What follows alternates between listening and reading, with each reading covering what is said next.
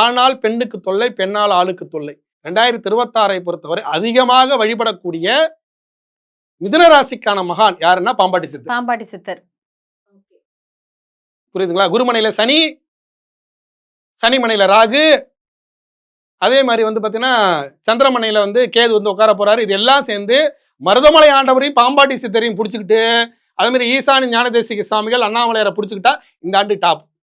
முன்னாடியே தடுத்துரும். இப்போ ஒரு தேவையில்லாத ஒரு லவ் வருது, தேவையில்லாத ஒரு பொண்ணு பேசுறாங்க அப்படின்னா முன்னாடியே அவங்களுக்கு உனக்கு சண்டை வந்து பிரிஞ்சிருவேன். அப்ப பஞ்சாயத்து வராது இல்ல.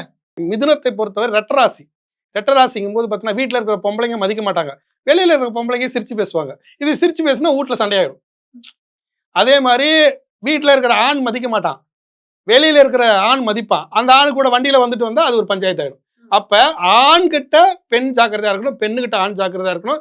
நட்பு வட்டத்தை விரிவாக்கினால் மார்ச்சுக்கு மீது நவம்பருக்கு மேல ராகுகேது பயிற்சியில சிரமத்தை கொடுக்கும். நண்பர்களை கூட வச்சுக்கணும்னு சொல்றீங்களா சார்? நண்பர்கள் வச்சுக்கலப்பா, தப்பான உறவா இருந்தா காட்டி கொடுத்துரும், வப்பாட்டி பஞ்சாயத்து வந்துடும்.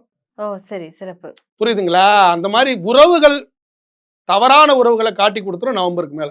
அதுல நீங்க ஜாக்கிரதையா இருந்துக்கணும், அதுதான் உஷாரா இருக்கணும். மற்றபடி தொழில் ரீதியான வளர்ச்சி, மிகப்பெரிய மாற்றம், வருமானம், குழந்தைகளுக்கான கல்வியில நிறைய விஷயங்களை மாற்றம் பண்ண முடியும். எல்லா விதத்திலும் ஏற்றம் டக்கு டக்கு டக்குன்னு போயிட்டே இருக்கும். ஆனா அடுத்த வருஷம் நவம்பர்ல இந்த தொல்லைகள் இருக்கும். அதுல நீங்க அஷ்டமத்துல வந்து ராகு உட்காரும் போது சும்மா இருந்தாலும் உங்களை தேடி வருமா சார்? கண்டிப்பா வரும். அதுல நீங்க ஜாக்கிரதையா இருந்துக்கணும்.